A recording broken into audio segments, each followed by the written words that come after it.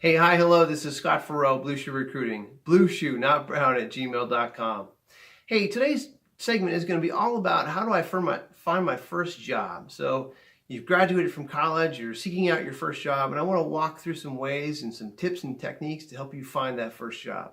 But first, let's talk a little bit about Blue Shoe Recruiting. I've got 20 years of recruiting experience, and I realized that really, truly, this wealth of knowledge need to be shared with the universe. I've got a wealth of experience bringing candidates to organizations. I've placed thousands of candidates with clients and certainly with our organization, and look forward to certainly working with you in the future. So if you want to reach out to me and do some individual consulting, again, blueshoenotbrown at gmail.com.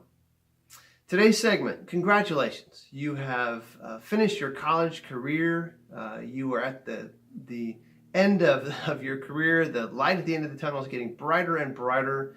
Let's walk through again some tips and tricks that I can share with you on what's worked best. Some things that I've heard over 20 years that have really enabled candidates to find opportunities, or I should say college seniors, find opportunities within the public sector, private sector, enterprise, whatever you want to call it, that really were dream jobs.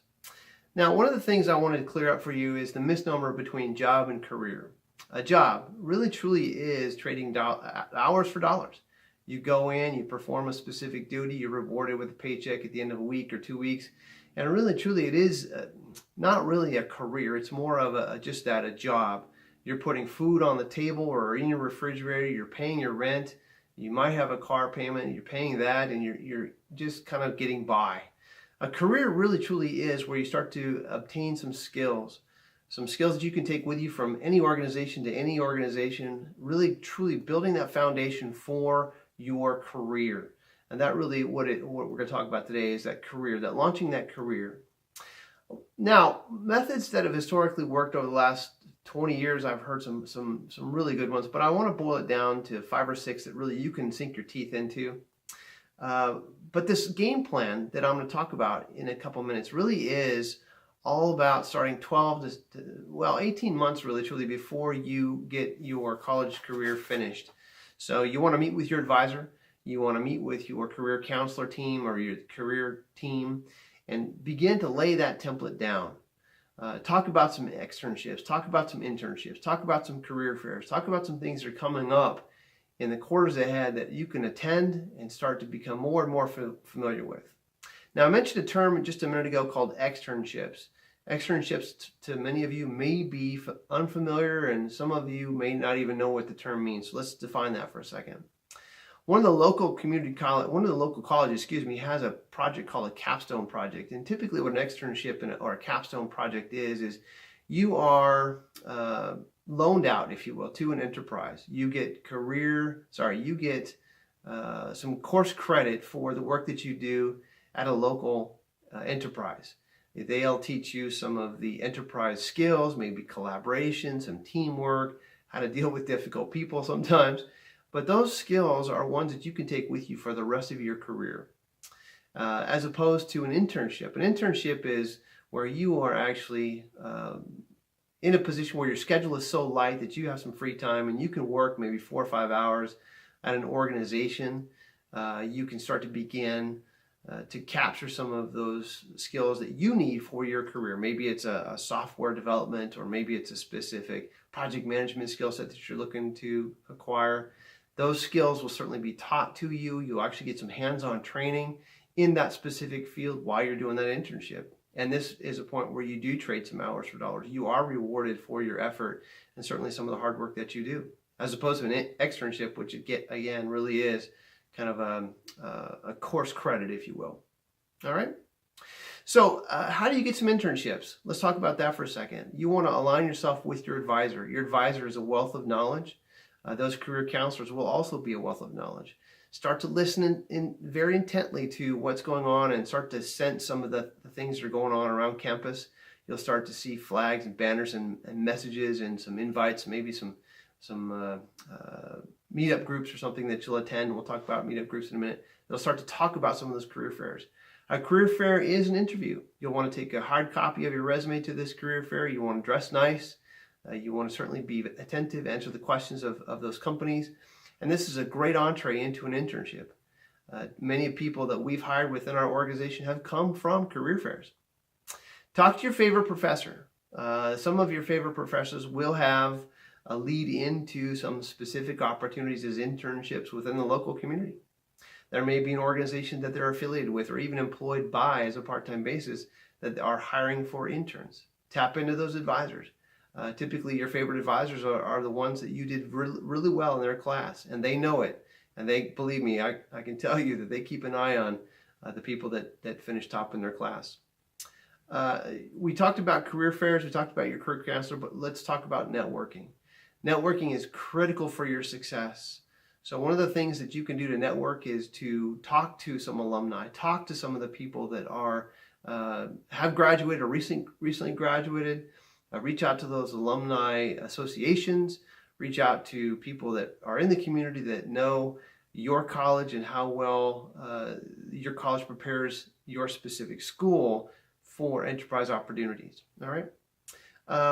You can also apply directly. There's nothing to say that you can't go directly to an organization.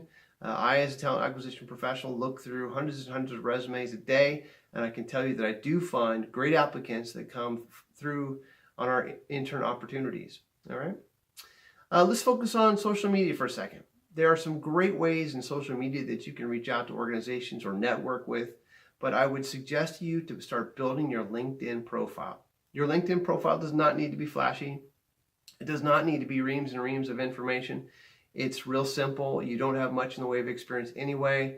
So typically build one, make sure it's a professional picture. But the key tip here is once you build a LinkedIn profile, start to align yourself with groups. There are groups on LinkedIn that really have a great touch, a trend, a feel for what's going on in the marketplace. Say, for example, we talked about project management. You want to focus on maybe your PMP. There are all kinds of local PMP, your professional and project management degrees, what that is. Focus on those groups. Align yourself with those individuals. Ask them for a connection. Be respectful, ask them for a connection, and then talk to some of their connections as well. Again, it's all about networking. Now, I quickly hit up on meetups. Now, meetups are a great way for you after hours, after the working hours, to go out and meet some professionals in the local community.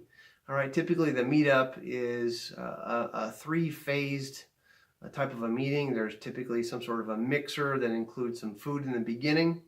There is typically a topic that's discussed, and behind the topic is typically kind of a network event or meeting. It's a great way for you to get out there and to shake some hands, meet some people, and begin to build your network again.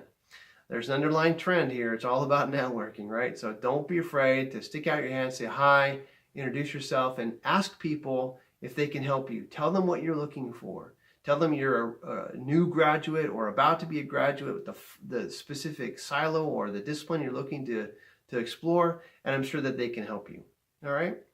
Last but not least, do not overlook your parents. Yes, I said your parents. Your parents are typically working in a full-time job. They have an HR team at their work. That HR team is very familiar with what's coming up as an opportunity or maybe some internship roles. Don't be afraid to ask your parents for some help. They're a wealth of knowledge, and don't be afraid to ask. All right? So let's rehash. I really want you to focus on taking a step back first and congratulating yourself. You're almost done. All right? You're 12 months away from really truly making a big impact. Focus on those externships. Okay? Get that course credit. Get the internships, right? Get some familiarity with the opportunities for collaboration and team experience and dealing with some difficult people. All right, talk to your advisor, make that template, make that game plan. Talk to the career counselor team. They're there to help you. Make sure you network, go to your career fairs, go to your meetup groups, and last but not least, tap in your parents. Good luck to you. If you like this, make sure that this lower right-hand button over here, you subscribe. I look forward to helping you in the future. If I can be of any assistance, blueshoenotbrown@gmail.com. All right, this is Scott. Until next week, good luck to you.